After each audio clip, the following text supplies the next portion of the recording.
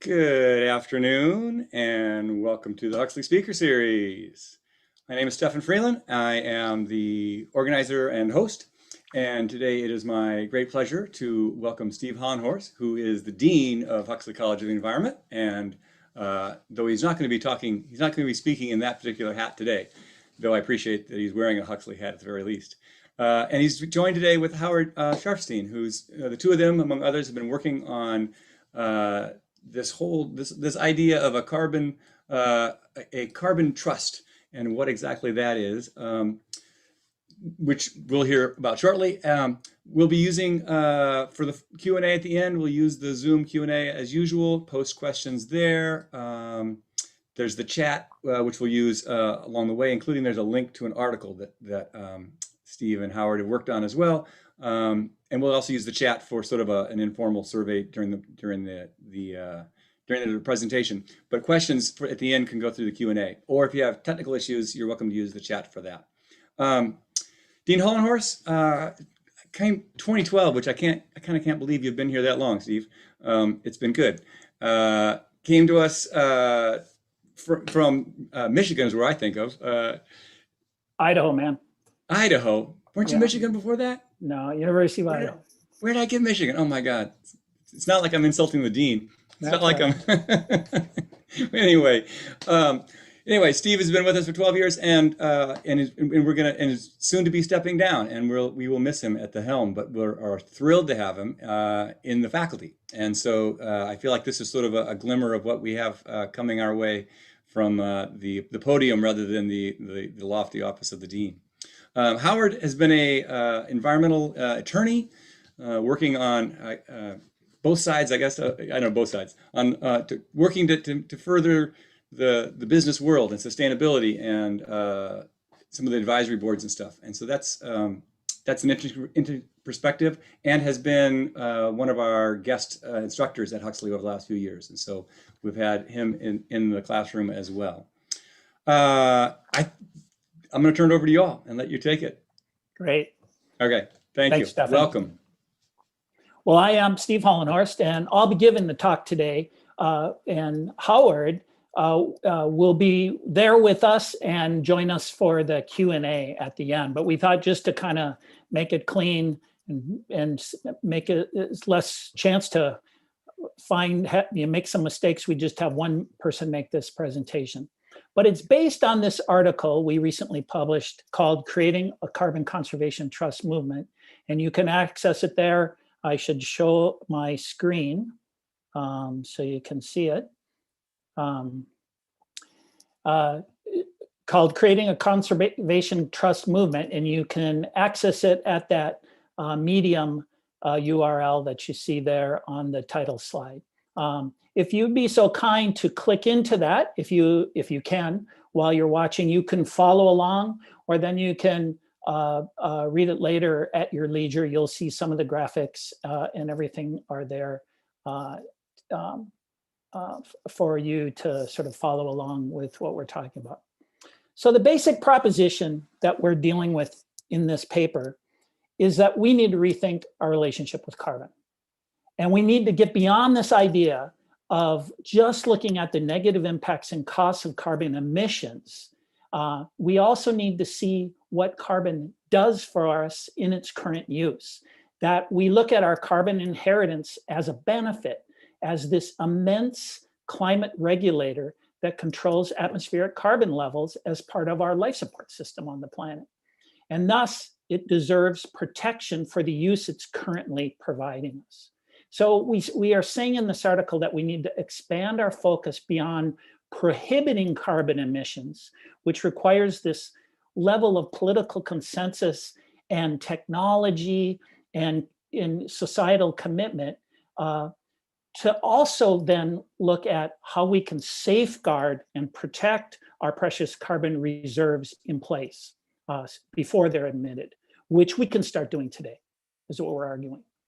So we could have given this presentation a different title. We could have borrowed from Dr. Strangelove, and we could have said, how to stop worrying and love carbon. Or maybe even more provocatively, buy carbon now. What we're saying is we can get going now, even without that political consensus, to do the type of drawdown work we need to do. Okay, so a couple notes before we get started. First, we use this term carbon as shorthand for all greenhouse gases. So when we're talking about carbon, I hope you know that we're talking about all GHGs and doing this kind of work writ large.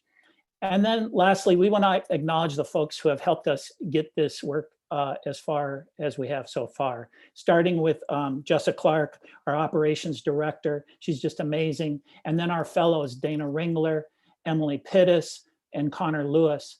And then all the student interns who over the last couple quarters have helped us develop these ideas and look into different parts of it and sort of work through them. Okay, so let's talk about it. So here's the problem, and we all know this. So climate change basically is a result of humans moving vast quantities of carbon in the form of greenhouse gases from the lithosphere, the Earth's crust, and the pedosphere, the soil, and the biosphere, living organisms, into the atmosphere and the hydrosphere, the oceans, right? And in fact, we do that to such an extent that 59% of what we're emitted stays there. That is the capacity of the Earth to reabsorb it. It's only absorbing 41% of it back. So every year, year after year, we emit 59% more carbon than we're able to capture back out. So that's the problem. Well, we know what we need to do. We need to stop digging. We need to stop emitting carbon. But it's hard, right? And we've seen it. Getting to that level of drawdown has been really difficult for society. And simultaneously, we know that we need to start refilling the hole. We need to start capturing carbon back out of the atmosphere to create habitable climate levels long-term, right? But here's the problem. No matter what we've done, we've continually failed to achieve the political consensus needed to exercise the police power of the state in the form of emissions regulations to make it happen, right? We just have not been able to get to that regulatory level, nor have we been able to devise and implement the scale of technology fixes that could solve that problem for us. So here we are. Okay, so we thought we needed to look at this problem different. And as we started to do that, we realized that, we've been here before. We've had others of these type of intractable problems in the past that people have sort of come up with these novel solutions for. So what you're seeing here is this article by this guy named William H. White Jr. And he published it in Life magazine in 1959. And what he said is we needed to get to a different approach to this intractable problem of urban sprawl, is what they were looking at.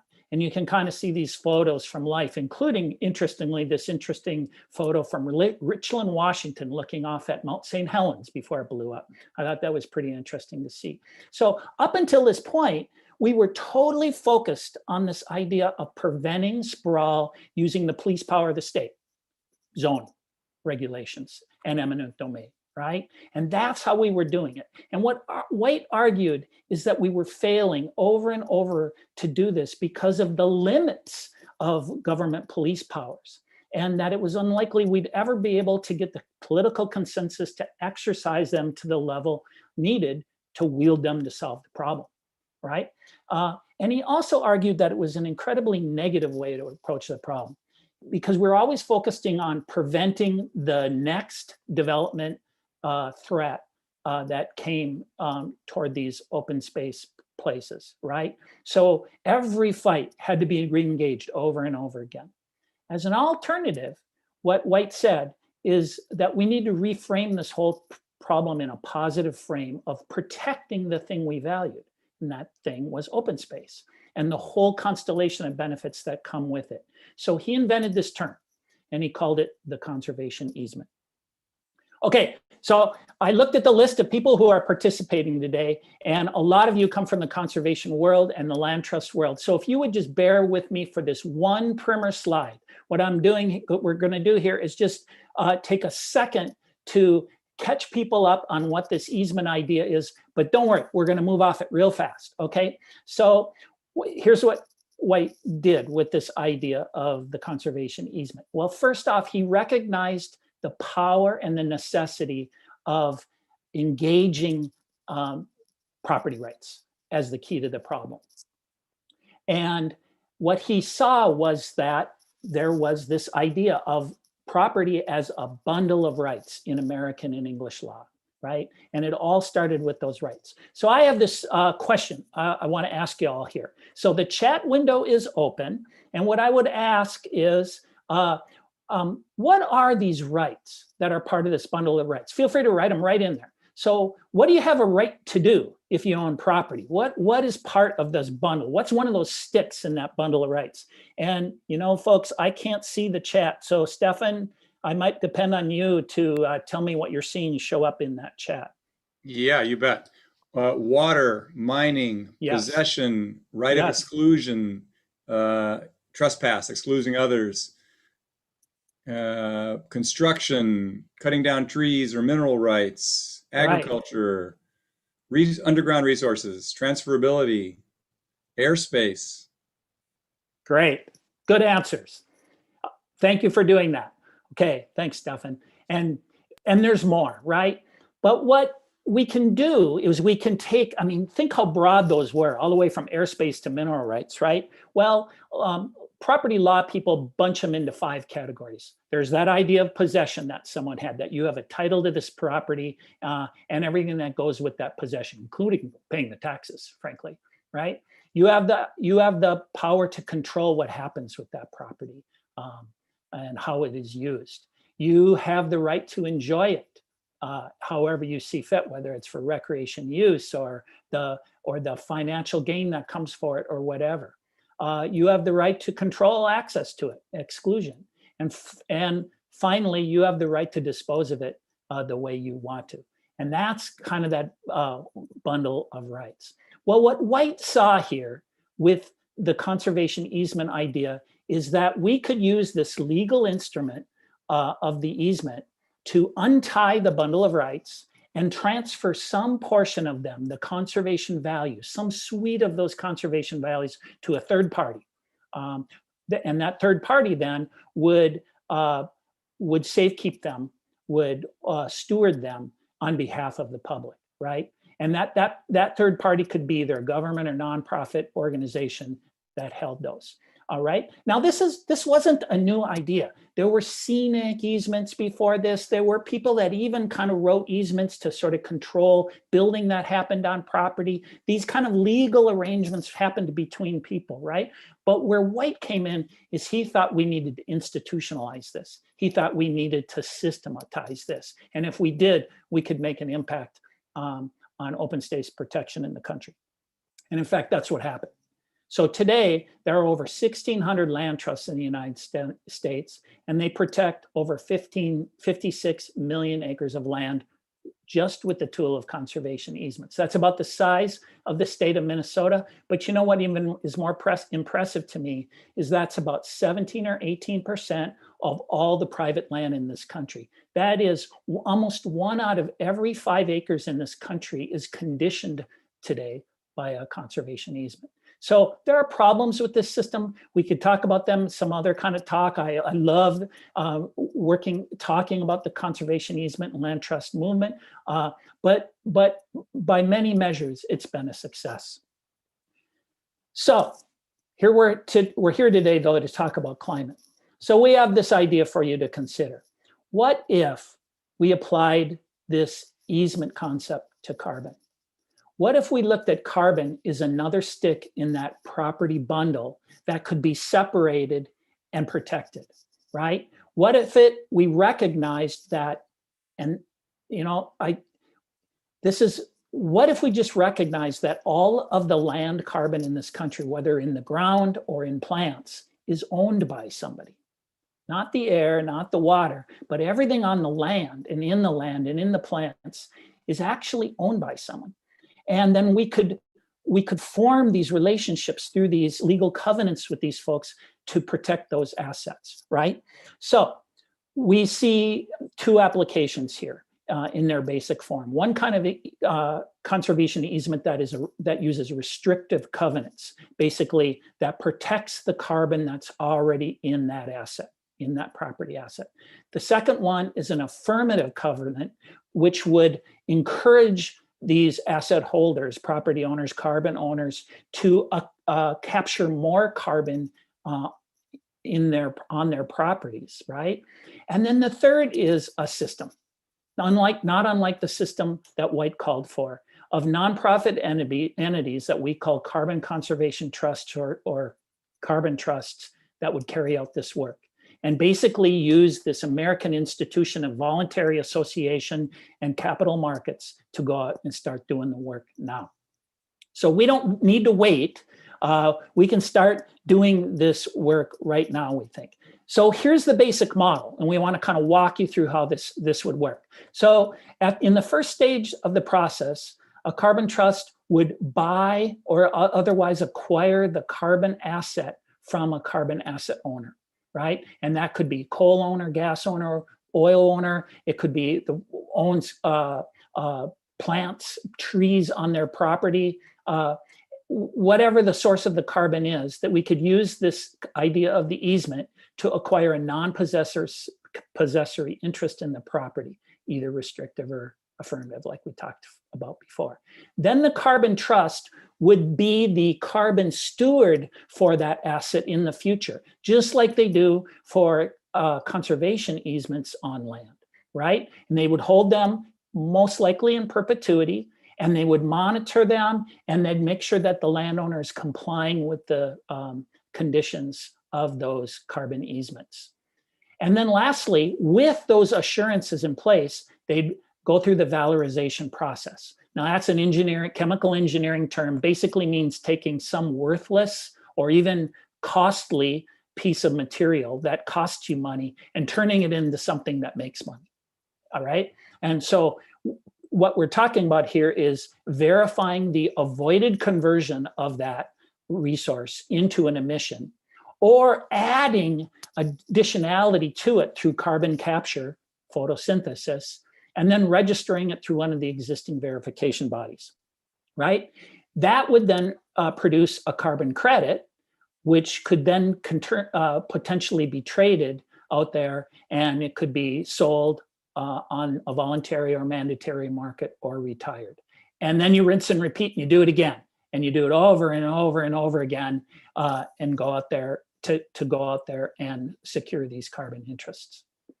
Okay, so here's kind of the scope of the work, and what we think could happen here is that the work of carbon trusts will be determined by the bioregions in which they operate, right? So for instance, in fossil fuel country where there's coal, oil, and gas, those carbon trusts would focus on securing fossil carbon reserves, and they would become experts, much like the people in the gas industry and the petroleum industry at going out and getting those rights. But instead of exercising those rights and emitting them in the form of fossil fuels, they would protect them.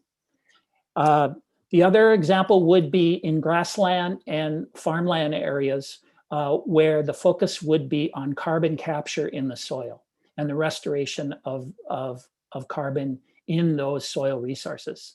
And in areas like ours, here in the Pacific Northwest, it would be on rich, productive timberlands and farmlands where we could protect and cultivate carbon in place through restorative management actions. So there's some pillars here about how we'd approach this. So you can see that we're sort of basing this whole approach on the sort of land trust model that White had in mind, right? But we also think that we're at a time where we can harness the resources of sort of workforce development programs in order to create a whole new sort of generation of green jobs. We think that an important part of this will be landowner education and working with landowners to see how they can monetize the carbon on their property. And the last one is the sustainable financing mechanisms that will be needed to make this whole thing work. And we'll talk about where this would come from. And the methods that'll be used here will be to acquire through these legal tools, these carbon rights, apply these drawdown solutions that we know are out there, go through the measurement and verification process, and then trade those on the carbon market. If you think about it, there's a lot of different applications that could happen here depending on the type of landscape it's being applied in. So for instance, in fossil fuel country, the whole focus could be first on preventing extraction, but in the future, it might be in an affirmative way in that it might be focused on storage of carbon capture technologies, right? And in forest, ag, and wetland areas, of course, it would be focused on preventing the reduction of carbon reserves on those properties and emissions into the atmosphere. But it could also be affirmative as we looked at restorative land use practices. And we could even look at the built environment and built infrastructure as a place where we don't contribute to emissions, but where the built environment starts to be a source for carbon sequestration in our buildings and infrastructure. So imagine the move away from concrete, high emission concrete and steel, and toward bio-based construction materials instead. Okay, so that's the basic vision. We have these carbon trust teams out there working with property owners to protect the carbon in place and promote future land use management practices that actually capture more carbon. And at the same time, help us accomplish our other sustainability and resilience goals and help create another revenue stream for these carbon asset holders like farmers and timber holders. Okay, we think the system would basically have three tiers. At sort of the national level, there would be an association of carbon conservation trusts that would kind of be like the governance kind of community for the carbon trust organizations out in the field. They do this be responsible for overall governance, convening the community, setting standards, the education and training of the workforce in the carbon trusts, and of course, advocacy, which is going to be, and political and policy positions, which are going to be an important part of making this whole thing work. And then there will be the carbon trusts, the individual carbon trusts. We see those distributed across the landscape out there doing the work, connecting with those landowners, securing those carbon assets, right? And lastly, there's the carbon protectors. This is the future workforce of people who out there with the skills to work to protect these assets, all the way from lithospheric carbon, fossil carbon, to biogenic carbon in trees and in farm operations. Okay. So we figured, all right, this is a good idea, but no one's really gonna, buy into what we're doing here unless we walk the talk, right? So what we've done recently is we created what we kind of think of as the world's first carbon conservation trust. There have been groups out there that have written carbon trusts or carbon easement agreements in the past, including some tribes, including some nonprofit organizations. But it has been kind of ad hoc and not organized, not unlike the world that William White saw, right? So we thought we should create this type of organization we call the Culshan Carbon Trust here in Skagit and Whatcom counties, the ancestral homelands of the Lummi, Nooksack, Sauk-Seattle, Samish, Swinomish, and Upper Skagit peoples. And we see this organization working collaboratively across the wide spectrum of interests in the counties to draw down carbon using what is kind of referred to in this world as natural climate solutions, NCS. And basically using the power of those natural solutions, photosynthesis basically, to sequester and conserve more carbon. Okay, so we're here in the Pacific Northwest, right? So our particular carbon trust would be focused on different things than might happen in other parts of the country. But for us, we see growing trees as an important part of this whole thing. This just aligned right with our county executive, Satpal Sidhu's sort of vision for tree planting here in Whatcom County. So we'd this could take many different forms. It would depend on the conditions that property owners have on their land, what their interests are, and then together we would develop these resilient carbon forestry plans, right? It could be in the form of restoration, agroforestry, intercropping, even silvopasture kind of models might be things we could look at. And again, this would all be sort of back and forth work with landowners to help them achieve their carbon conservation goals. We see regenerative agriculture as being an important part of this, including probably a big focus on moving toward no or minimal tillage approaches to agriculture in the county, not unlike what we see already in the berry industry, right? But this would be all about educating and supporting farmers, training a workforce to work with those farmers, working to validate the emission reductions from the agreements that we form with those folks, and then help monetize that through markets. And lastly, for both, whether it's forest or farmland, we think we could do projects around the whole idea of biochar as a way to sequester carbon here in Whatcom and Skagit County. So this is the whole idea of taking a biomass that is going to be emitted into the atmosphere. Think of slash piles or residues from agriculture, and instead, or the clearing from fuel reduction projects in forest fire, in forest situations, and instead of burning or composting those resources, what if we treated them with pyrolysis, which is basically a low oxygen burning, and converting that into a stable carbon form, and then burying it where it will stay for extended periods. We're talking decades, if not centuries, that it can last. And it's a valuable soil amendment. And could it be used as a way to help make the financing of this whole thing work? How are we going to measure success for this whole thing? Well, the first goal, of course, is reducing emissions, right?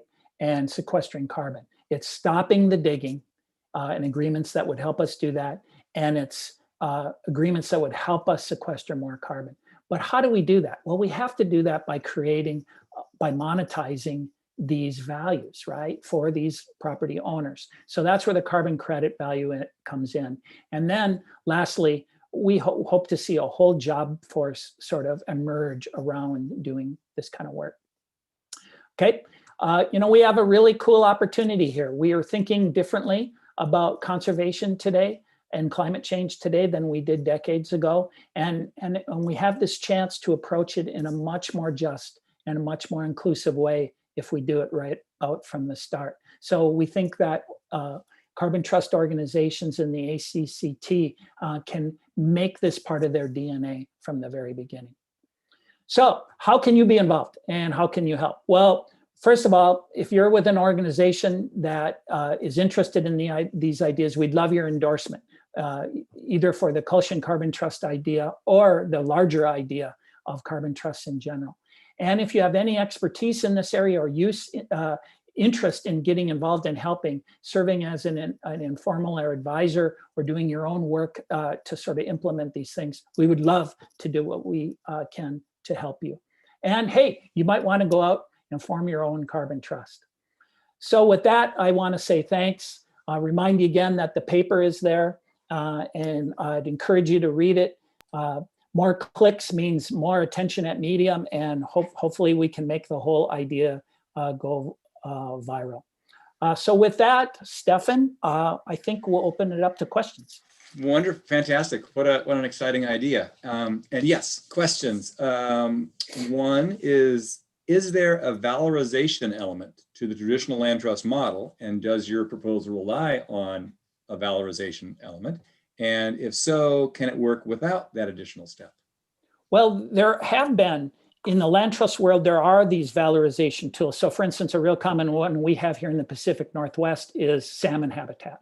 And we have agencies who want to acquire salmon habitat, right? So we have landowners who own it. And what the Whatcom Land Trust, for instance, is very effective at working with those landowners to acquire, either through an easement or fee simple, actually, acquisition of those properties to protect that salmon habitat, using those tax dollars. So that's a form of valorization, I would say. But I think we have more opportunity actually in the carbon world in many ways, because we have buyers out there who want to offset their emissions, right? So just think about Microsoft and Microsoft's commitment not only to offset their current emissions, but to offset the emissions that they've emitted in the entire history of their company back to 1976.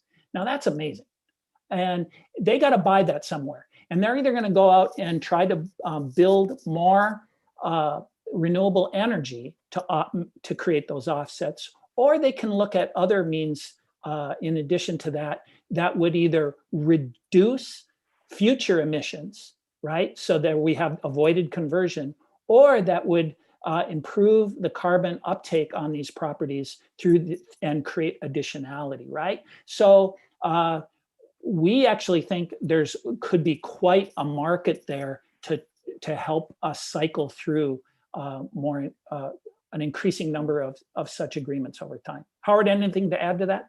Yeah, I would like to add that I think what's critical for the carbon credits is the verification, to go through a rigorous validation that's going to allow it to serve as an offset either in the voluntary or the mandatory markets.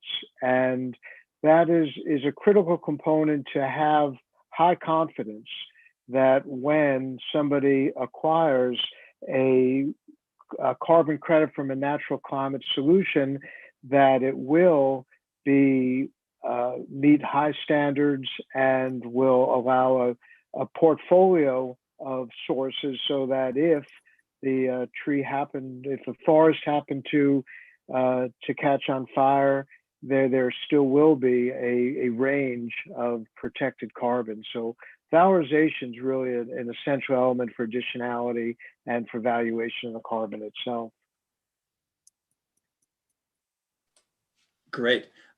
Any sense, either of you, what percentage of carbon is located on privately owned property? No, but we need a student to research that for us.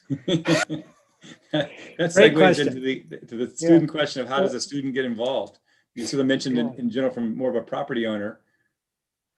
Well, I think there's even a deeper answer to that question, that we can go to Google and find out the percentage of acreage that's in private hands relative to public lands. I think carbon, and it's what Steve said at the beginning, it's a way of thinking about carbon as a central element of how we organize our economy and set our priorities. And that's what really is at the heart of the Carbon Trust, is to train ourselves to think about carbon, how we avoid emissions, and how we sequester, how we refill the hole we've dug. Hey, Stefan, there's a great question there from Alex Jeffers from the Whatcom Land Trust. And he says, what are the limitations to the traditional land trust model that prevent it from serving the role of protecting carbon through conservation easements? And, you know, I have thought about that. And Alex, I'd love to have a beer and talk about that with you sometime. And here's kind of the way I see it. On one hand, this whole thing could happen in the land trust world, I think. If the land trust world could make the pivot, the infrastructure is already in place to sort of make it happen. But I've worked in the land trust world my whole career, and I love protecting land. And that's my concern is that will always be the sort of primary focus, and that at least for some land trusts, this sort of carbon thing would be a very sort of secondary kind of effort. If it happened, I think it would be great. So the way I think it could unfold is I think in terms of the Venn diagram and the overlap with land trusts, I think there's going to be three types of land trusts out there. There's going to be the ones that become carbon trusts. They really do make this part of their work into the future. There are going to be others that say, this is not us. This is not what interests our stakeholders, our donors. Or, you know, there's other people that do this, and we're not going to do it. And then there's probably going to be a group that kind of tries it and dabbles in it some. And and depending on how that works out, there will be independent carbon trusts that sort of kind of either come in to fill those voids, or, I just see a very dynamic thing happening there, hopefully in a very collaborative way between the climate world and the land trust. There's a couple of questions. Oh, go ahead, Howard. Sorry. I just want to add the way we think about it is it's an alliance with, and as Steve says, there's going to be a range of outcomes, but we're very mindful that this is an idea we're borrowing, and we're trying to integrate it with finance. We're trying to integrate it with workforce and landowner engagement. So we look to land trusts as the origin story, and sometimes they would it would be done in alliance is the word I would add to Steve's answer. There's a couple of questions sort of trying to get at how this model interplays with more of a federal state regulatory, and do you need federal state buy-in to make this model work? Is it, again, parallel or complementary? How does that? We can get started right now. We have the tools, and we have the institutions in the United States to do this work in the form of our markets, in the form of our property law system, in the form of our contract law system. We can start doing this work. Now, to the extent that things are improved in terms of policy, it makes it better. If there was a mandatory carbon market, think what that would do to just supercharge the engine of this work, right? It would be amazing. But without it, we have voluntary markets. We have people, we have organizations like Microsoft, and we have individuals who want to offset their carbon emissions and are looking for ways to do it in ways where they know that something good is going to happen. So, where I'm kind of at on that is we got to get going. And then we got to have a policy arm that works on those federal and state policies to improve them. One place we know that real improvements need to happen, and we talk about it to some extent in the paper, is fossil fuel law, property law related to fossil fuel rights, oil and gas. And basically, there's the way the law works there is it's all in favor of extraction and burning and emissions and combustion, right? And it makes it very difficult for anybody who holds some of those rights to sit on them. And the reason is because someone else adjacent can come and, if you've ever seen what's the Daniel Day-Lewis movie about oil fields with the big long straw where he drinks somebody else's milkshake? Well, that's the case here. The law says that if you have a long enough straw, you can go drink someone else's milkshake and there's nothing they can do about it. And so we got to work on those kind of things in order to make it work. But we can still start now, and there's still progress we can make. This has happened to the land trust movement too. Before there were unified conservation easement laws in every state, lots of very adaptive sort of make-do strategies had to be used until we could formalize the movement and formalize the policy. And that then, there's a question. You mentioned the sort of three tiers of the national and the trust and the workforce. What about a fourth tier? International, global. I mean, how do you? So Howard's the lawyer, so he should kind of comment on this. Except I would just say one thing to kick this all off. This is based on old English law. This idea of easements and this idea of contracts goes back way, way back into English law. And the American land ownership system is based on that. And it's very specific to our sort of legal legacy. Now, what works in other countries, for instance, in a place like China where all land is owned by the state, it's a whole different situation. So, I don't know if this easement tool would work, but hey, I'm not a lawyer. I should let Howard talk. Well, what I would simply say is what you described as common law, which is the system here in Canada and Great Britain and their former colonies by and large. And so I think it could spread beyond the US to those common law countries, but civil law wouldn't have the doctrines on which this is based. A couple of questions around the burning and biochar.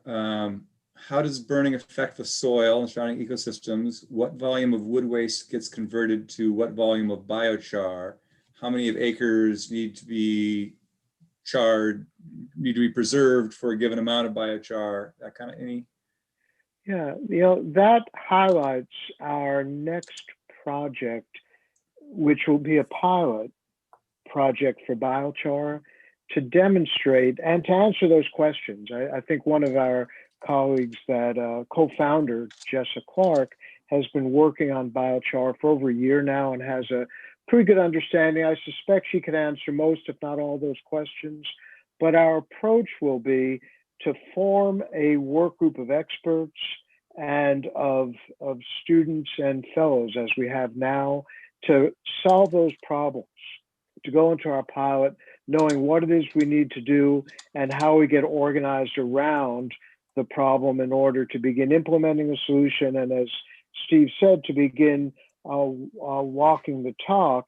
And with that, we're going to start later this year with a pilot project with biochar, because we see it as a terrific opportunity to link forest and field and to deal with some of the excess fuel on the forest floors that are a real fire hazard in the upcoming upon us wildfire season.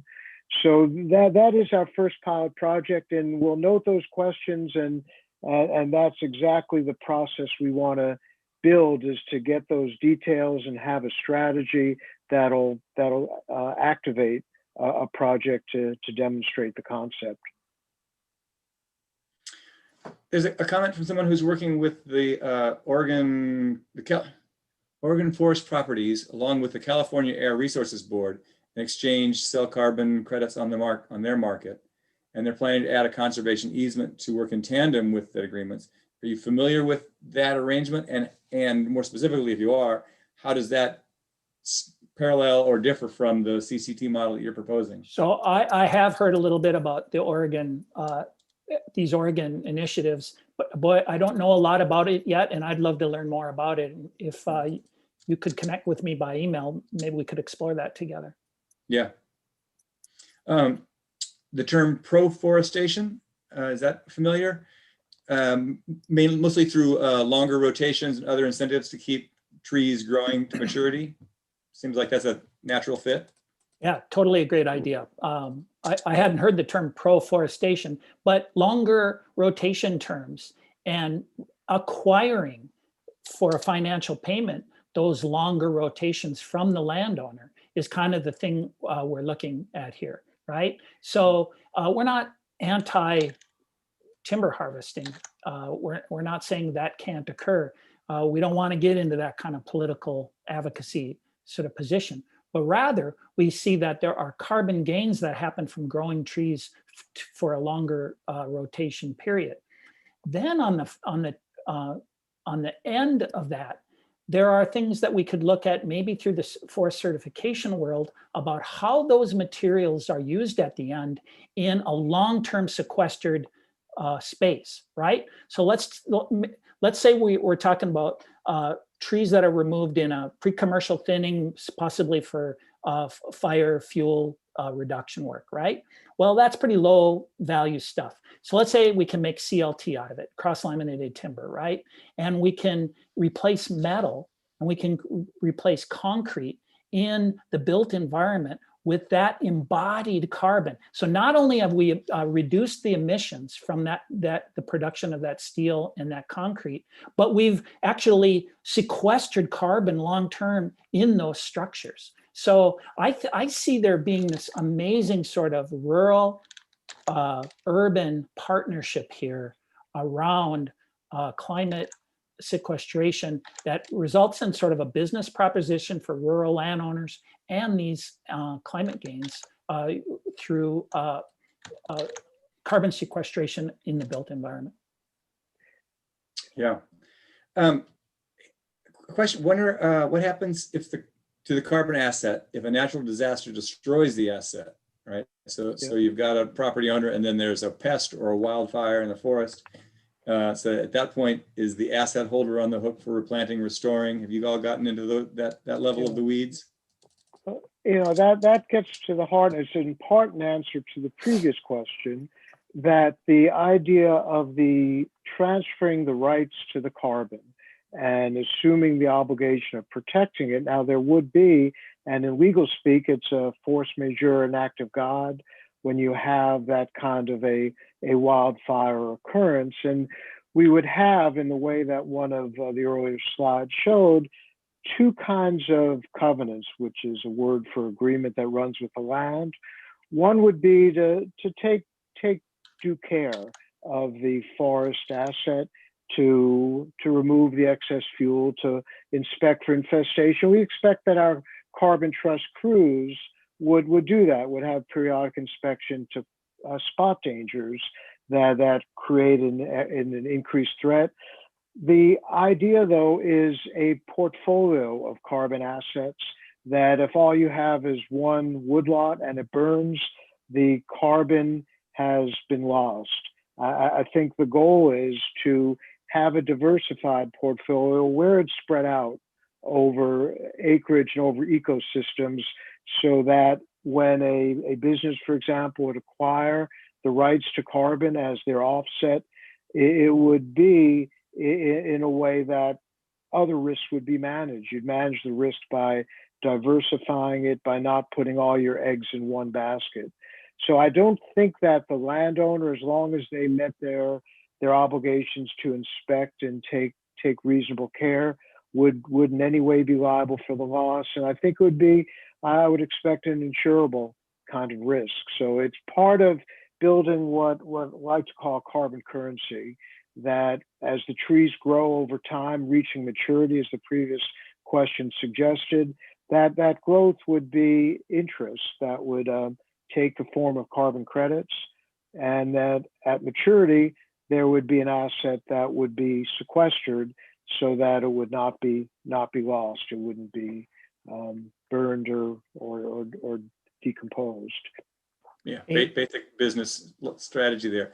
Hey, Stefan, there's a great question there. Well, actually, there's a ton of great questions. And I'm wondering, how do we answer these for folks? Can we post these somewhere?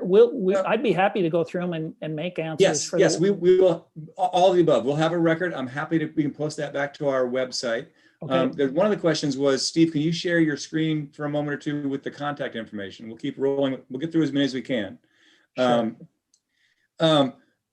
One that came in, and again, not in particular order, can you theorize how this would work? We're looking at it more locally. So with BP and Phillips 66 in Whatcom County, for instance, if they agreed to participate in a voluntary market transaction, do you think we would offset their emissions in Whatcom County on Whatcom County lands, or would we look for broader Washington State?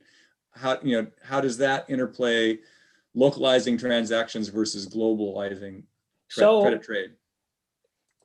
If you think about it, so BP could do this at a lot of different levels. They could do it at their international corporate level, right? Where they look at their emissions and then they look at programs for how to deal with this, right? In fact, I would argue for probably a company like BP, they probably will approach it that way. And they probably have this kind of sort of centralized model, and then they would have different strategies for their carbon offsets or whatever they're going to do. But I really like this idea of, say, working with a local refinery, right? Like here in Whatcom County or in Skagit County, and somehow interesting them in some sort of local program where the actual work was happening here. So, if you think about a person who has offsets, they want to offset, they want to purchase carbon credits, they can go on the market and they can go anywhere with that, right? So, but what could we do to attract that investment to come here, I think is going to be sort of part of the challenge.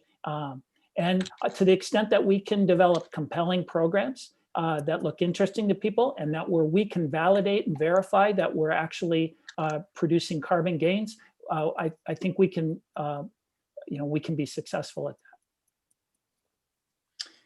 Yeah.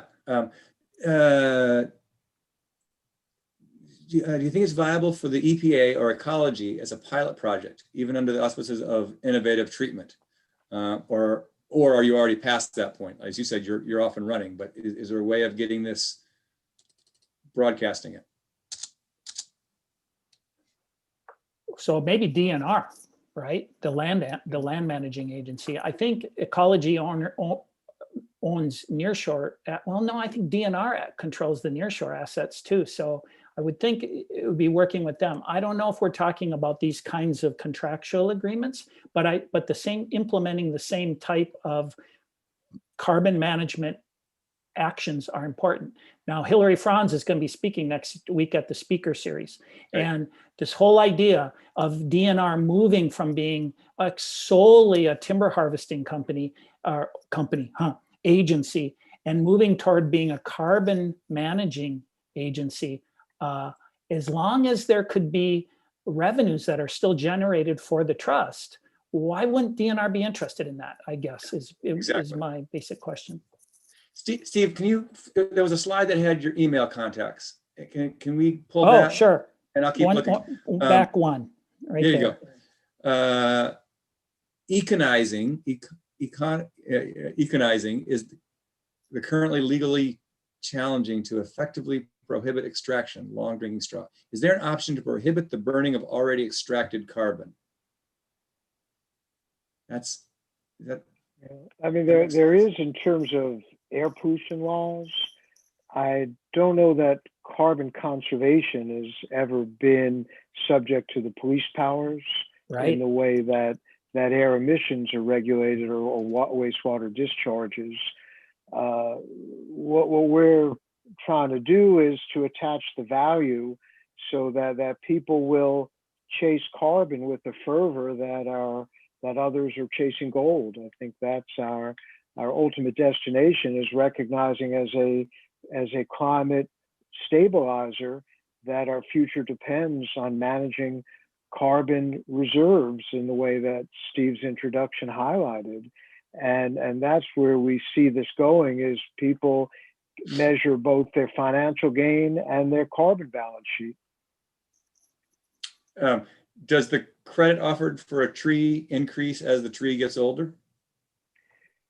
You know, that's where the technology is going on this, that the measurement technology is getting better, and we want to build a copious database over time that really will give confidence that we know how much growth will occur within a stand of trees, and that would be credited, and that growth would be like interest on a savings account. We want to have carbon banks in which those deposits would be credited to the investor, the individual, the municipality. The city of Bellingham, as part of its climate action plan, has a very far-sighted initiative in which they want to start a carbon fund to bank the carbon that's in city-owned property. And I think that's a model that we see as emergent and part of this carbon thinking that began the introduction to the talk. There's a question regarding smaller tracts, smaller property owners, and that a hurdle for those owners is the carbon accounting, the sampling, the qualification, that there's a cost in that, and which hinders the ability of smaller tracts to be able to play the game, at least in some of the current systems in cap and trade. Do you see a difference in the model you're proposing from some of those, I guess, larger cap and trade existing programs? It's still a challenge. I'm not saying it's impossible, but it is a challenge. Land trusts face it all the time, right? Should we try to go protect? This is a really cool tiny little spot here. It's really great, but think of the energy that goes into that, the transaction cost and that little. So that's an issue. But I do wonder if there's a way to bundle these things, right? And to kind of go in together. Not unlike some of the crowdsourcing technologies we see in other places. So for small landowners and someone who's interested in this topic, to look at how that kind of a bundled crowdsourced approach could be used and then how the benefits could somehow be the revenues could somehow be apportioned back out would be really an interesting exercise. And that's where building the database comes in. I think right now the measurement technology is, as Steve said, has very high transaction costs, and those have to come down and will come down as the technology gets better, as experience grows. I think where this will go, these carbon trust networks will build databases so that we can be much more predictive and thereby reduce the transaction costs by not requiring as granular measurement. Yeah. We're running long. Let me one last question, and it's regarding the confidence level that we have now, and I suppose we're hoping that our confidence of our ability to accurately measure carbon, predict, we're pulling. You got a lot. There's a lot of modeling going on there of what's on the ground and what happens in the future. How confident are we now that we can actually do what you're proposing, and how does that adapt over time as our models improve, we hope, change? When I think about farmers and I think about forest owners or foresters, and I think of the work they do to sort of calculate out their yields and their margins and their investment strategies, I mean, they do amazingly sophisticated things to sort of I'll work that out. If you've ever seen the modeling that happens in forestry to look at growth and yields on properties, it's just amazing.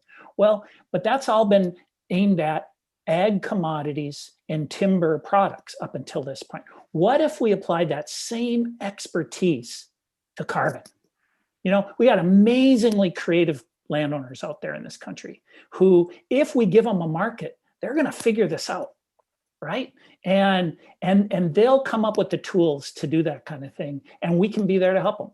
And so I guess that's a good note to end on, because I'm just really sort of positive about that and how that could play out.